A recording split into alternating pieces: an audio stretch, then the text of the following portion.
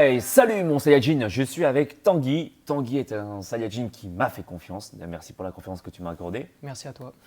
Il a pris mon coaching de 3 mois et aujourd'hui j'ai trouvé ça sympathique de te faire une vidéo où humainement, il te partage également ses ressentis, ses techniques de motivation, techniques aussi culinaires puisque tu ne manges plus de plats préparés. Non. Et du coup, je peux comprendre qu'il y ait des gens, c'est parfaitement légitime de penser ça comme ça, qu'il y a une perte de temps à cuisiner, à préparer des plats, à trouver la motivation. Donc du coup, aujourd'hui, j'aimerais te faire intervenir pour que tu puisses partager ton expérience et nous dire quelles sont tes sources de motivation. On a parlé un petit peu hors caméra, tu t'entraînes également avec une amie. Ouais. Et donc du coup, ça te motive aussi. Mais quand tu es seul, comment tu fais pour rester motivé, tu vois? Et donc, c'est de tout ça dont j'ai envie de parler aujourd'hui avec toi. Et pour ceux qui veulent aller plus loin, vous pouvez également faire comme Tanguy qui m'a fait confiance. Je vous propose également ton plan sportif et ton plan alimentaire qui se passe sur mon site alexlevent.com, coaching de 3 mois. Donc du coup, allez, on va dans le vif du sujet. Déjà, on va parler de la chose la plus compliquée à mettre en place pour beaucoup de gens, la motivation, la détermination. Comment tu fais pour continuer en permanence à rester motivé déjà? Déjà, je fais certains de tes trainings avec ma copine, donc du coup, le fait de le faire à deux, ça motive encore plus. Et ensuite, Bon, il y a un entrain. voilà, et quand je fais mes séances, je regarde toujours tes vidéos avant, donc ça me chauffe et du coup, voilà, ça m'aide à rester motivé. Et quand tu es tout seul, du coup, tu trouves comment la motivation sans ta copine de faire du sport? Bon, j'aime bien faire du sport, donc j'arrive à rester motivé. Tu te dis quoi en fait quand tu fais une séance de sport? Est-ce que tu sais pourquoi tu l'as fait? Qu'est-ce que tu te dis? Qu'est-ce qui se passe dans tes neurones, tu vois? Je me focus sur la séance et je sais que voilà, j'essaye d'être à fond, de me donner pour rester motivé. Et pendant la séance, tu te dis pas ouais mais ça brûle, ah, ça fait mal et tout ça. Si, ça arrive et du coup, c'est vrai que voilà, je sais pas, faut rester dedans. C'est vrai que toi, par exemple, dans ton programme, tu présentes plusieurs niveaux. Donc, Ouais. quand ça devient compliqué, par exemple pour les pompes, les circuits pectoraux, on pose les genoux au sol. Donc, du coup, le mouvement il devient plus simple. Donc, Et tu le fais? Ouais. Bah oui, parce Est-ce que tu as honte de le faire, de poser les genoux au Non. sol? Mhm. Non, puis en plus, C'est bien. on te voit le faire dans tes vidéos, donc même toi, on en voit que tu galères un peu par moment, donc Oui. ça Et oui. réconforte et du coup, on a tendance à le faire. Ouais. Ça, c'est très important. Quand vous pratiquez la musculation, il faut surtout mettre votre ego de côté. Parce que le plus important, finalement, ce n'est pas le poids que vous portez ou que vous soyez sur la pointe des pieds quand vous faites des pompes, mais finalement, c'est le résultat qui compte. C'est votre corps, c'est votre évolution. Donc, quand vous faites des pompes, par exemple, même sur les genoux, j'entends souvent dire de la part de la bouche de beaucoup de gens, oui, mais c'est pas des vraies pompes. Bah si, ça reste des pompes. D'accord? Poser les genoux, c'est des vraies pompes aussi. C'est juste une variante pour ressentir mieux le muscle et éviter la compensation. Parce que du coup, si vous n'êtes pas assez fort, parce que vous êtes fatigué, vous avez déjà enchaîné plusieurs séries de pompes, ou bien parce que du coup, faire des pompes sur les genoux, c'est déjà compliqué pour vous, et bien, restez sur les genoux. D'accord? Et ensuite, tu fais comment du coup pour trouver la motivation de cuisiner sans que cela soit un calvaire pour toi? Parce que du coup, tu passes combien de temps à cuisiner? 25-30 minutes max par jour. Pour toi, c'est beaucoup ou pas? Non. Et tu penses à quoi quand tu cuisines? Du coup, tu fais comment? Je pense à ce que je vais manger parce que déjà le fait de ne plus manger de plats préparés, finalement ce que tu cuisines, tu prends plaisir et c'est bon finalement. Pareil, en même temps je fais ma gamelle pour le lendemain midi. Mais t'es un vrai chef toi, non? Aussi, tu cuisines des trucs de ouf, non? Non, ça va.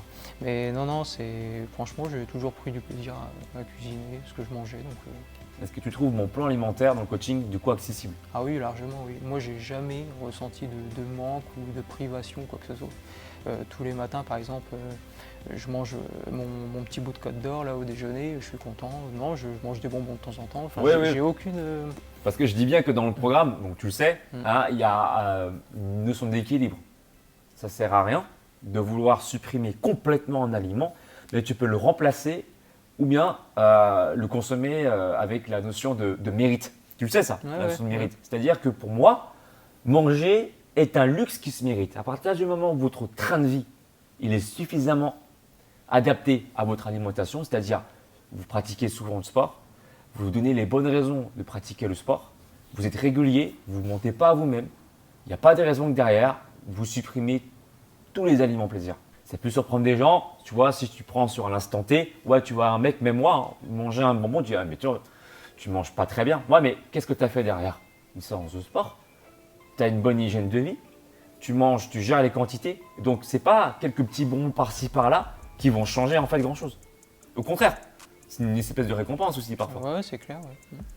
Et du coup, l'alimentation, qu'est-ce que tu cuisines du coup alors, dans le plan alimentaire que je te propose? Tu arrives à gérer les quantités, le grammage et tout, comment tu gères tout ça? Ouais, au début, je pesais du coup, et maintenant, finalement, on prend l'habitude, donc ça devient plus simple. Tu pèses plus rien? Non. Tu fais comment alors du coup? Quand on dit à l'œil, tu fais comment exactement? Tu sais à peu près? Oui, Ou je tu sens. vas au ressenti, c'est Oui, comment? voilà, oui, au ressenti. Des fois, j'ai plus faim que d'autres fois, donc j'adapte. Voilà. Et Tu manges jusqu'à combien de pourcents de satiété toi maintenant? ça dépend des fois. Des fois, j'ai moins faim que d'autres fois, mais sinon, je mange jusqu'à temps que j'ai plus faim. Voilà, donc du coup, pour lui, il mange jusqu'à 100% de satiété, d'accord? Moi, je dis souvent dans mes vidéos, si vous souhaitez, par exemple, avoir des abdos plus visibles, ce qui est le cas maintenant déjà pour toi, eh bien, vous pouvez consommer jusqu'à 80-85% de satiété, ce qui correspond, comme je l'ai déjà précisé dans plusieurs de mes vidéos, à un état où vous êtes capable d'enchaîner, je dis n'importe quoi, par exemple 20 sauts après avoir mangé votre repas. Donc, vous êtes capacité d'avoir cette légèreté d'enchaîner une séance de sport sans la faire évidemment. Parce que le but, c'est pas de la faire après une digestion, d'accord, mais c'est d'être dans la capacité, si jamais on vous le demande un jour, ou bien vous êtes dans l'urgence de faire 20 sauts pour X raison, d'accord, vous êtes capable de le faire. Là, vous sortez de table à 80-85% de satiété. Et effectivement, en ressortant de table avec cette quantité d'aliments à gérer, eh bien, vous êtes en léger hypocalorie. Ce qui ne veut pas dire pour autant que vous ne pouvez pas construire du muscle, parce que les évidences scientifiques nous montrent bien qu'il est possible malgré tout de construire du muscle, pas énormément, mais quand même d'en construire un petit peu, en restant dans un plan alimentaire en léger déficit calorique. Ce qui est important avant tout, c'est l'apport en protéines. Donc, tu consommes également pas mal de protéines. Ouais. Quand je parle de protéines, on est d'accord, on se rejoint, j'espère là-dessus. Normalement, c'est le cas. Tu as suivi mon coaching. C'est pas forcément, je vous parle pas forcément de la poudre qu'on trouve dans la whey, qui est d'ailleurs aussi une bonne source de protéines. Ça dépend pour lesquelles. Mais on parle également des aliments d'abord avant tout solides. Donc, qu'est-ce que tu consommes comme source de protéines pour préserver tes muscles et en gagner toi? Des œufs, je mange beaucoup de poulet, d'Inde, en fait de tout, vraiment de tout. Voilà. Et des graisses? Graisse. Lipides. Est-ce que tu manges un peu d'amandes, des noisettes, oui. tout ça aussi? Noix de cajou. Noix de cajou. Alors ça, faut pas l'oublier, parce que souvent on entend parler, ouais, mais tu manges des noix de cajou, toi, tu manges de la graisse, mais tu veux en perdre.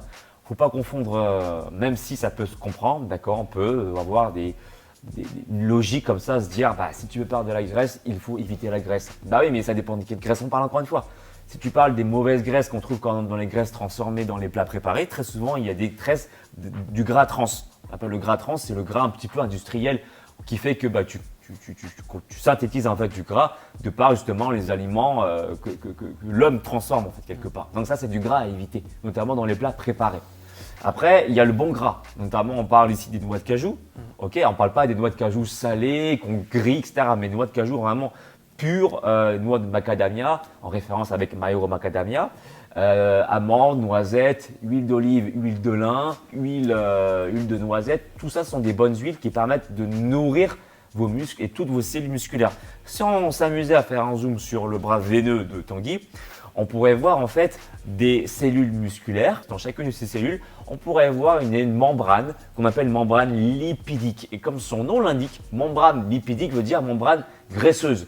Parce que votre membrane, elle est constituée de plus de 70% de graisse. Donc pour avoir des veines comme lui, il faut surtout ne pas hésiter à consommer de la graisse pour nourrir vos cellules et aussi votre cerveau qui est constitué, rappelons-le, de plus de 70% de graisse. D'accord? Donc c'est très important également pour rester vigilant. Aussi des techniques sportives que tu as appréciées dans mon coaching et qui ont vraisemblablement marché sur toi. Ouais. Alors moi, c'était plutôt tout ce qui était hit cardio. Ça, je galérais pas mal, surtout quand il faut enchaîner avec des pompes, ensuite claquer, enchaîner avec des mountain climbers par exemple. T'as fait comment pour maîtriser les pompes claquées? Parce qu'au début, t'en faisais pas. Non, au fur et à mesure, je mettais les genoux par terre. Au Après, fur et à mesure, j'y arrivais sans les genoux. T'as mis combien de temps? 3 semaines. C'est rapide. Franchement, 3 semaines, 5 séances par semaine, c'est ça? 4.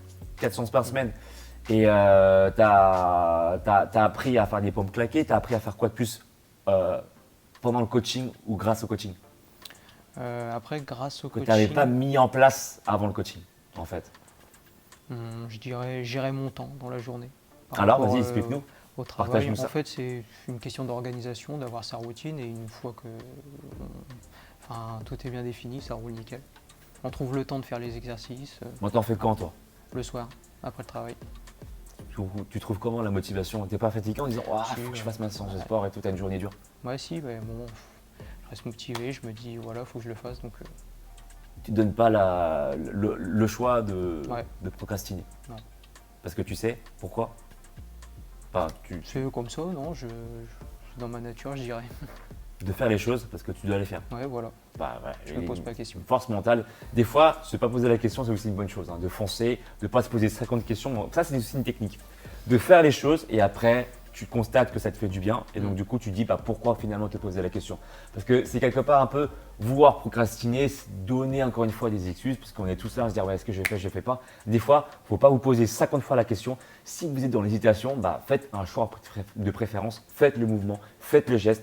Agissez et derrière, ensuite, vous pouvez réfléchir. Mais souvent, après votre séance de sport, vous allez sécréter plein d'hormones de plaisir, vous allez vous sentir détendu. Et contrairement à ce que vous pourrez penser, faire du sport après une longue journée va vous détendre en réalité. Ça, c'est prouvé physiologiquement. D'accord? Voilà. Encore hier, j'étais avec Hélène qui avait besoin de se défouler les jambes. Voilà. On a mangé. C'est pas idéal, d'accord, de faire du sport après manger. Mais on a consacré, par exemple, tu vois, avec Hélène qui est ici présente, 5 minutes à travailler les cuisses. N'est-ce pas? Encore une fois, ça permet de détendre. Encore une fois, il ne s'agit pas de se défoncer après avoir mangé, mais des fois, juste histoire de se détendre, de bouger, d'être dans le mouvement, ça vous permet de prendre connexion avec votre corps et de vous sentir du bien et vous faire plaisir surtout. J'ai une question à te poser. Qu'est-ce qui a fait que tu as eu ce déclic de vouloir prendre un coaching avec moi? En fait, en juillet dernier, je venais de m'installer avec ma copine dans notre premier appart. Et en fait, il y avait beaucoup de travaux, donc on n'avait pas trop le temps de cuisiner, on mangeait beaucoup de cochonneries. Et donc, du coup, à un moment, j'ai dit stop. Je sentais que je me sentais lourd en permanence, en fait. Il y avait un truc qui n'allait pas. Et du coup, je me suis dit, allez, voilà. Comme j'aimais bien ton approche, j'ai dit, je vais contacter Alex. Qu'est-ce que tu aimes bien dans mon approche? Je vais dire une approche simple, bien détaillé, bien expliqué. Et puis ton côté un peu excentrique, on va dire. En mode Lightning Plasma, c'est ça? Ouais, c'est ça. Merci mon Tanguy. Merci à Donc toi. si tu veux être coaché, tu vas sur mon site alexlevent.com. Je te propose ton plan sportif et ton plan alimentaire qui se passe sur mon site. Et si tu veux aller plus loin, sans te donner d'excuses, tu peux aussi télécharger gratuitement mon application sur Google Store ou App Store. Et tu peux même aller plus loin. J'ai créé 2 e-books, pectoraux visibles ainsi qu'abdos visibles en 90 jours pour ceux et celles qui désirent se lancer de façon indépendante. Tanguy et moi, on te dit à tout vite. Ciao! Lightning de plasma!